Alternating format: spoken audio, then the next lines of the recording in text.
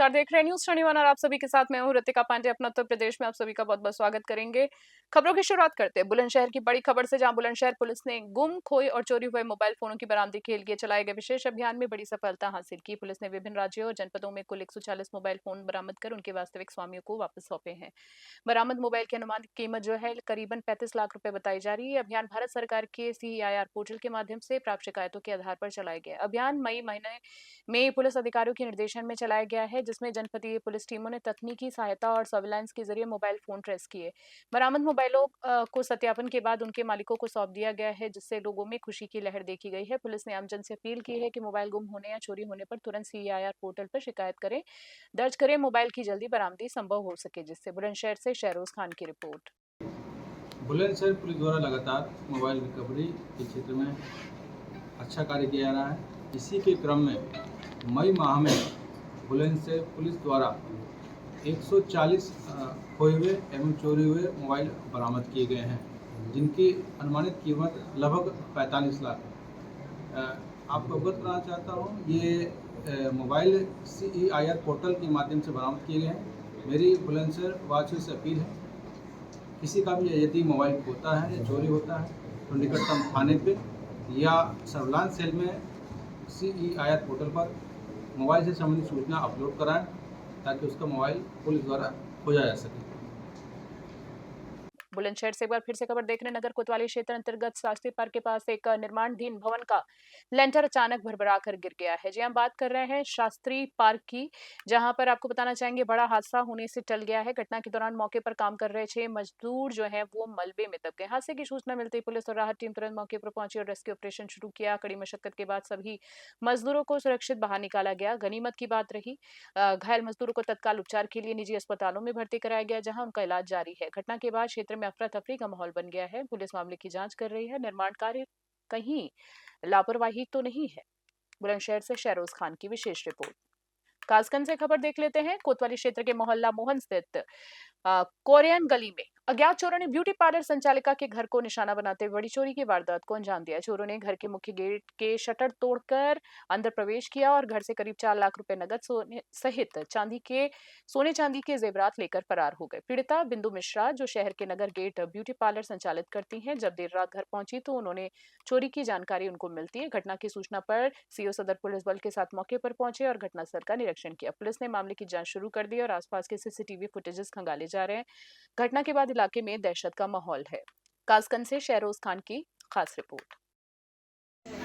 तब मैंने देखा तो मेरा पूरा लॉकर खाली हो चुका था। टोटल रिंग कितनी थी आपकी? 14 रिंग। क्या क्या सामान था पूरा टोटल? जो ये आपकी रिंग थी, 3 चैन थी, 2 नेकलेस था, 14 रिंग थी, कमरबंद था, पाव जेब थी, मंगलसूत्र था, मतलब टोटली ज्वेलरी थी। 4 लाख की समथिंग कैश था। अच्छा, ये जो 2 रिंग आपको पड़ी मिली हैं, इसे मिला के 14 थी आप? हाँ, इसे मिला के 14। अच्छा, जब आपने ये गेट खोला तो उसने तब आपसे नहीं बोला था कि ये आपका शटर ओपन है? नहीं, जब अंदर मैंने चाबी लेने ऊपर जाने लगी तब उसने बोला कि आपका वो लॉक खुला हुआ है पहले से। तो उसने शटर उठा के देखा होगा ना? हाँ। हरदोई से खबर देख लेते हैं, जहां बात करेंगे उत्तर प्रदेश पुलिस भर्ती परीक्षा 2026 को नकल विहीन, निष्पक्ष और शांतिपूर्ण ढंग से संपन्न कराने के उद्देश्य से सोमवार को प्रशासनिक अधिकारियों ने विभिन्न परीक्षा केंद्रों का निरीक्षण किया। पुलिस अधीक्षक अशोक कुमार मीणा और जिलाधिकारी अनुनय झा ने परीक्षा केंद्रों पर पहुंचकर सुरक्षा व्यवस्था, अभ्यर्थियों की सुविधा और कानून व्यवस्था की स्थिति का जायजा लिया। इस दौरान अधिकारियों ने तैनात पुलिस बल को सख्त निर्देश दिए हैं कि परीक्षा के दौरान किसी भी प्रकार की अनियमितताएं या संदिग्ध गतिविधि पर तुरंत कार्रवाई की जाए। उन्होंने परीक्षा केंद्रों के आसपास कड़ी निगरानी रखने, यातायात व्यवस्था को सुचारू बनाए रखने और अभ्यर्थियों को किसी प्रकार की परेशानी न होने देने पर विशेष जोर दिया है। प्रशासन द्वारा व्यापक सुरक्षा प्रबंध किए गए हैं ताकि परीक्षा शांतिपूर्ण तरीके से पारदर्शी वातावरण में संपन्न हो। हरदोई से अनिकेत कुमार की रिपोर्ट। जनपद हरदोई के अंदर जो पुलिस भर्ती है 8, 9 और 10 जून को जो होगी, 2 पालियों में, सुबह 10 बजे से 12 बजे और 3 बजे से 5 बजे। उसमें कुल यहाँ पर 8 केंद्र हैं और इन 8 केंद्र पर 2 पालियों में करीब 20,736 लोग एग्ज़ाम देंगे। और इस एग्ज़ाम के क्रम में जितनी भी तैयारियां हैं वो पहले ही पूर्ण कर ली गई थी और जितने भी हमारे सेक्टर मजिस्ट्रेट्स हैं और स्टैटिक मजिस्ट्रेट्स हैं। इसके अलावा जितने भी हमारे केंद्र बने हुए हैं उनके प्रिंसिपल्स हैं, उनके साथ में पूर्व में मीटिंग करके सारे दिशा निर्देश उनको बता दिए गए थे। पूरे एग्ज़ाम के लिए हमारे यहाँ पर 8 inspector, 40 sub inspector, 43 head constables, 101 इसके अंदर आरक्षी और 48 महिला आरक्षी और एलआईयू के जो अधिकारी हैं और कर्मचारी, उनकी ड्यूटी लगाई गई है। लखीमपुर खीरी से खबर देख लें। लव जिहाद के मामले को लेकर सोमवार को पीड़ित परिजन और हिंदू संगठनों के कार्यकर्ताओं ने पुलिस अधीक्षक कार्यालय का घेराव कर जोरदार प्रदर्शन किया। प्रदर्शनकारियों ने पुलिस प्रशासन के खिलाफ नारेबाजी करते हुए आरोपी की शीघ्र गिरफ्तारी और निष्पक्ष जांच की मांग की है। साथ ही नीमगांव थाना प्रभारी प्रवीण गौतम पर आरोपी को संरक्षण देने का आरोप लगाते हुए उन्हें निलंबित करने की मांग भी उठाई गई। मामला थाना मितौली क्षेत्र के विरमपुर गांव निवासी इरफान गाजी से जुड़ा बताया जा रहा है, जिस पर थाना नीमगांव क्षेत्र की 24 वर्षीय युवती को बेला फुसलाकर ले जाने का आरोप है। परिजनों का आरोप है, शिकायत देने के बावजूद पुलिस ने देर से कार्रवाई की है। कई दिनों तक थाने में चक्कर लगवाए उनको, बाद में 26 मई को मुकदमा दर्ज किया गया।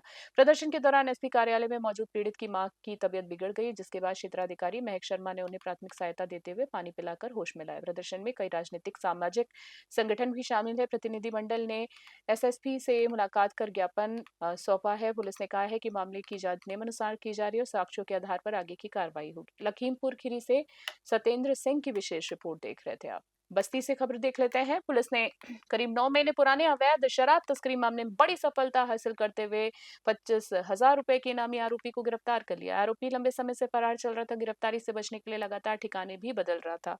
बताना चाहेंगे आपको यहाँ की उसके खिलाफ न्यायालय से कुर्की घोषणा भी जारी हो चुकी थी। मामला सितंबर 2025 का है, जब बस्ती टोल प्लाजा पर एक ट्रक से अवैध शराब की बड़ी खेप पकड़ी गई थी, लेकिन कार्रवाई के दौरान आरोपी मौके से फरार हो गया था। इस मामले में थाना कोतवाली में आबकारी अधिनियम सहित गंभीर धाराओं में मुकदमा दर्ज किया गया था। फरारी के चलते पुलिस ने आरोपी प्रहलाद पर 25,000 रुपए का इनाम घोषित किया था। प्रभारी निरीक्षक कोतवाली के नेतृत्व में पुलिस टीम ने मुखबिर की सूचना पर टोल प्लाजा के पास से आरोपी को गिरफ्तार किया। आरोपी हरियाणा के झज्जर जिले का रहने वाला है। पुलिस ने बताया कि उसके खिलाफ आगे भी विधिक कार्रवाई की जा रही है। ये गिरफ्तारी अवैध शराब तस्करी के खिलाफ बड़ी सफलता मानी जा रही है। बस्ती से दिलीप पांडे की रिपोर्ट देख रहे हैं।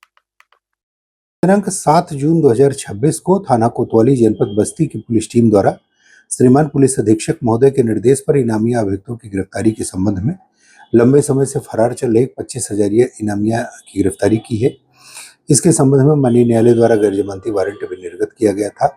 गत सितंबर 2025 में थाना कोतवाली पर मुकदमा अपराध संख्या 340/2025 अवैध रूप से शराब तस्करी के संबंध में पंजीकृत किया गया था, जिसमें यह व्यक्ति अभियुक्त था, लंबे समय से फरार चल रहा था। इसका नाम प्रहलाद पुत्र सुखदेव, जो थाना बादली झज्जर क्षेत्र हरियाणा का रहने वाला था। उसकी गिरफ्तारी पुलिस टीम द्वारा की गई है। संकलित साक्ष्यों और विवेचनात्मक कार्यवाही के क्रम में इसे यथाशीघ्र माननीय न्यायालय के समक्ष रिमांड के लिए प्रस्तुत किया जाएगा। एटा से खबर देख लेते हैं, जहां जिले में सिपाही भर्ती परीक्षा 2026 की दूसरी पाली शांतिपूर्ण और सख्त निगरानी के बीच में आयोजित की गई है। जिले के 11 परीक्षा केंद्रों पर अभ्यर्थियों को सघन चेकिंग के बाद ही प्रवेश दिया गया है। परीक्षा की निष्पक्षता सुनिश्चित करने के लिए जिला प्रशासन और पुलिस की पूरी तरीके से मुस्तैद नजर आए। इस दौरान एसके भगत ने जेएलएन डिग्री कॉलेज परीक्षा केंद्र का निरीक्षण कर सुरक्षा व्यवस्था और परीक्षा संचालन का जायजा लिया है। वहीं एटा के डीएम और एसएसपी द्वारा सभी परीक्षा केंद्रों की सीसीटीवी कैमरों से लगातार निगरानी कराई जा रही है। अधिकारियों ने परीक्षा केंद्रों पर तैनात कर्मचारियों को सतर्कता बरतने और किसी संदिग्ध गतिविधि पर तुरंत कार्रवाई करने के निर्देश दिए। अभ्यर्थियों ने इस बार निष्पक्ष परीक्षा होने की उम्मीद जताई। उल्लेखनीय है कि पूर्व में पेपर लीक की घटनाओं के कारण देश भर के अभ्यर्थियों में चिंता का माहौल बना हुआ है। एटा से राज अली की स्पेशल रिपोर्ट। डीएम साहब, परीक्षा सेकंड पाली की शुरू हो रही है, क्योंकि पुलिस और प्रशासन के साथ साथ सरकार के लिए भी चुनौती बना है निष्पक्ष परीक्षा कराना। तो पहली पाली की परीक्षा इस समय कैसी हुई है और क्या रिजल्ट रहा है?